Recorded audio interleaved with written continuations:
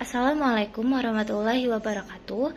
Perkenalkan, nama saya Naila Salsabila dari kelompok 1.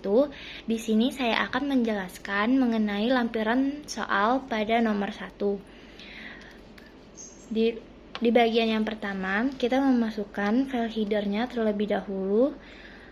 Di sini kita menggunakan include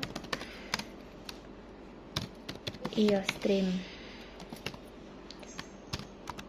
Lalu di bagian yang selanjutnya, kita menggunakan using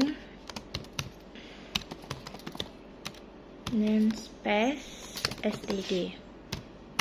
Di baris ketiga, kita menggunakan inMain. InMain ini merupakan fungsi utama dari C++.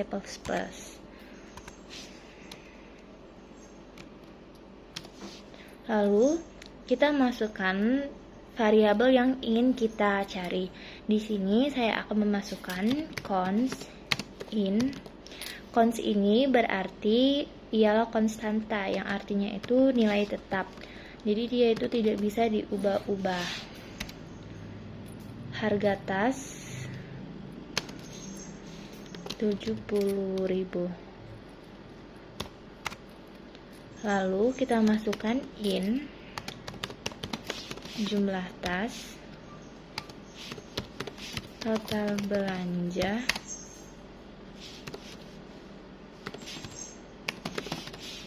total bayar, total kembalian. Lalu di bagian selanjutnya kita menggunakan cout untuk menampilkan output harga tas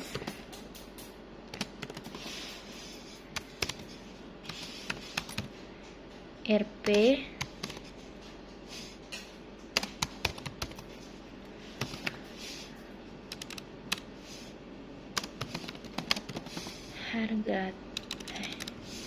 harga tas, lalu NL. Lalu di bagian selanjutnya, di sini kita menggunakan cout kembali untuk menampilkan jumlah tas yang dibeli.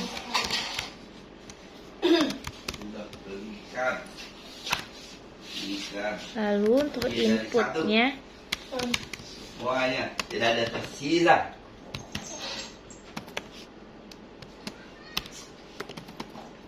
Lalu untuk inputnya kita masukkan jumlah tas.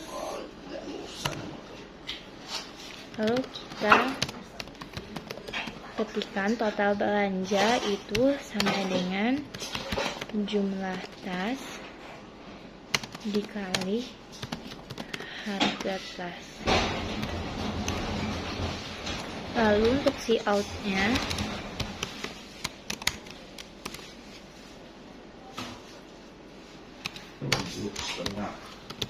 total belanja Rp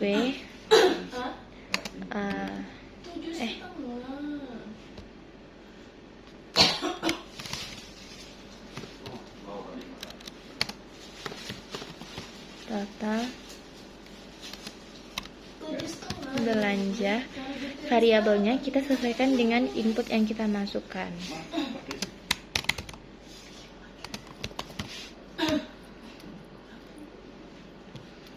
Lalu si outputnya kembali itu kita akan menampilkan output total bayar.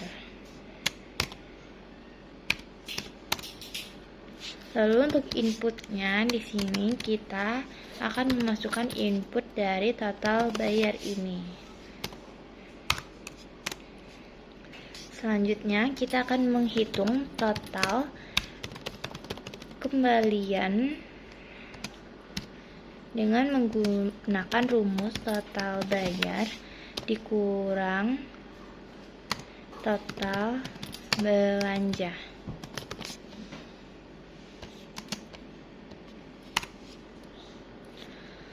Lalu untuk si outnya, kita akan menampilkan total kembalian RP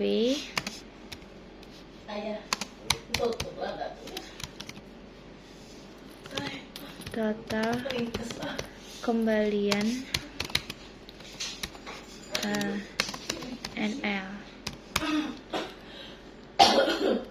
Lalu kita masukkan variabel lain untuk menghitung jumlah pecahan yang nantinya akan muncul ketika kita masukkan total bayarnya. Itu akan muncul per lembarnya itu berapa. Kita masukkan jumlah pecahan. Lalu di sini kita jumlah pecahan itu sama dengan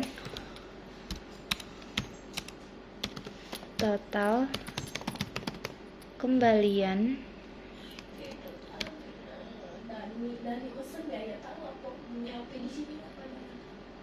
dibagi dengan 100.000.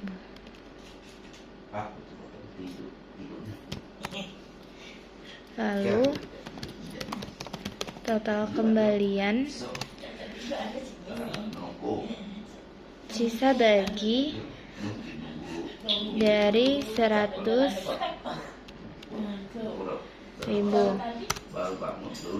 Lalu si outnya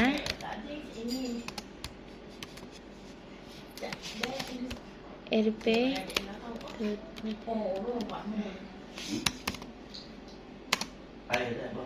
si outnya kita akan menampilkan jika kita masukkan 100.000, maka nantinya jumlah pecahan itu akan ada berapa lembar.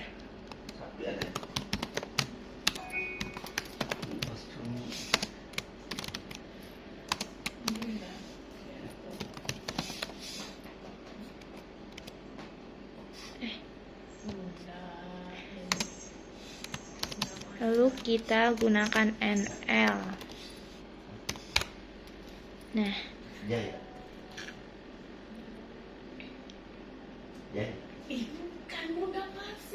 lalu sebentar. Nah, lalu selanjutnya di sini itu stepnya akan sama.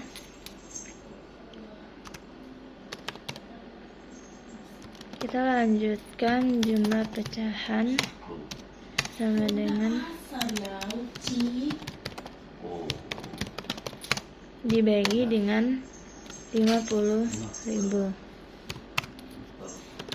Total kembalian modulus sisa bagi dari 50.000.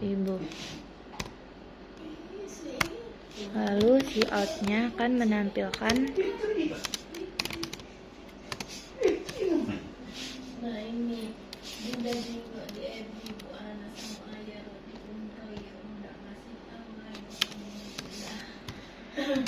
RP 50.000.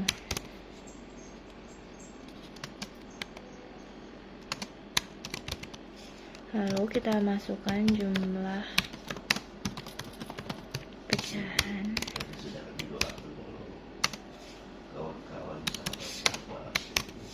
sama dengan lembar NL. Lalu kita inputkan satu per satu nilai dari mata uangnya. Habis 50, 20. Lalu total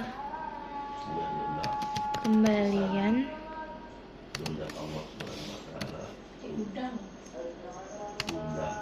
20.000. Lalu si out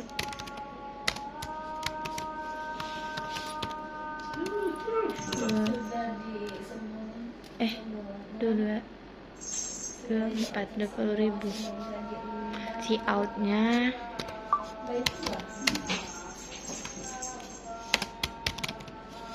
lalu jumlah pecahan lalu rumusnya sama seperti yang di bagian atas.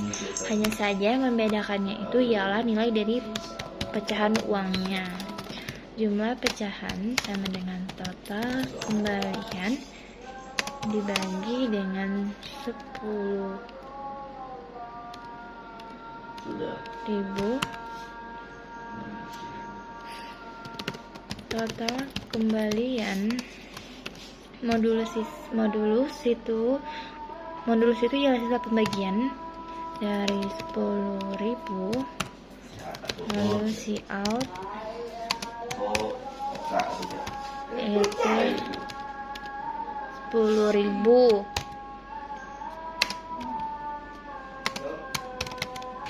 Lalu jumlah pecahan lembar NL. Nah, selanjutnya kita lanjutkan dengan pecahan 5.000. Aduh, salah. Jumlah pecahan sama dengan total kembalian 5.000. 10.5. Betul. 5.000, lalu kita total kembalian modulus dari 5.000, lalu si outnya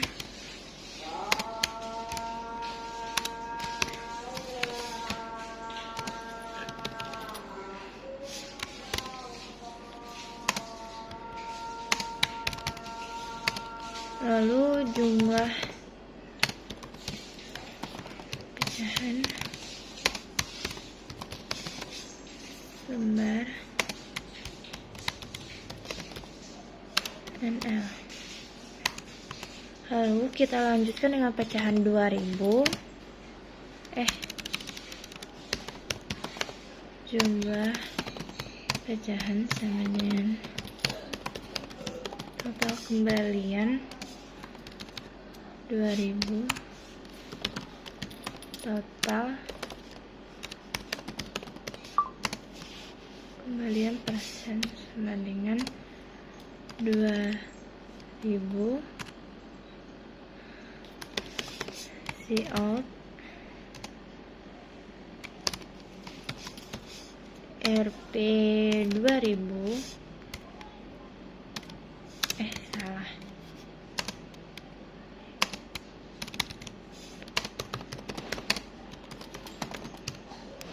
Jumlah pecahan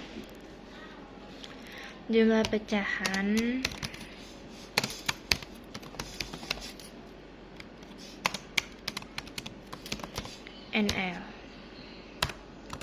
Lalu di bagian terakhir di sini kita akan menggunakan pecahan terakhir, yaitu pecahan 1.000. Jumlah pecahan sama dengan total kembalian dibagi 1.000. Total kembalian modulus sama dengan 1.000. Si out Rp 1.000.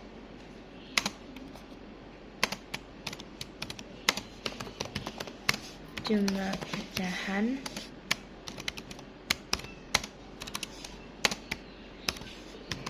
lembar NL. Nah, di sini kita sudah memasukkan semua input yang nantinya itu akan muncul per lembar. Jadi misalkan kita akan inputkan total belanja kita itu 170 dan kita akan membayar 250. Nanti total kembaliannya berapa itu akan muncul di bagian pecahannya. Misalkan di pecahan 100 itu ada 1 lembar, di pecahan 50.000 ada 2 lembar, atau di 20.000 ada satu lembar atau di bagian 10.000 hingga 1.000 itu tidak ada sama sekali. Jadi itu sesuai nanti yang akan kita inputkan pada hasil outputnya nanti. Dan jangan lupa ketika menyelesaikan sebuah program harus diakhiri dengan penutup dari tanda kurung kurawal ini, karena tadi kan kita bukanya juga pakai tanda kurung kurawal sebagai pembuka, dan harus diakhiri dengan tanda kurung juga, tanda kurung kurawal. Lalu mungkin sekian yang saya dapat jelaskan di bagian lampiran soal pada nomor 1 ini.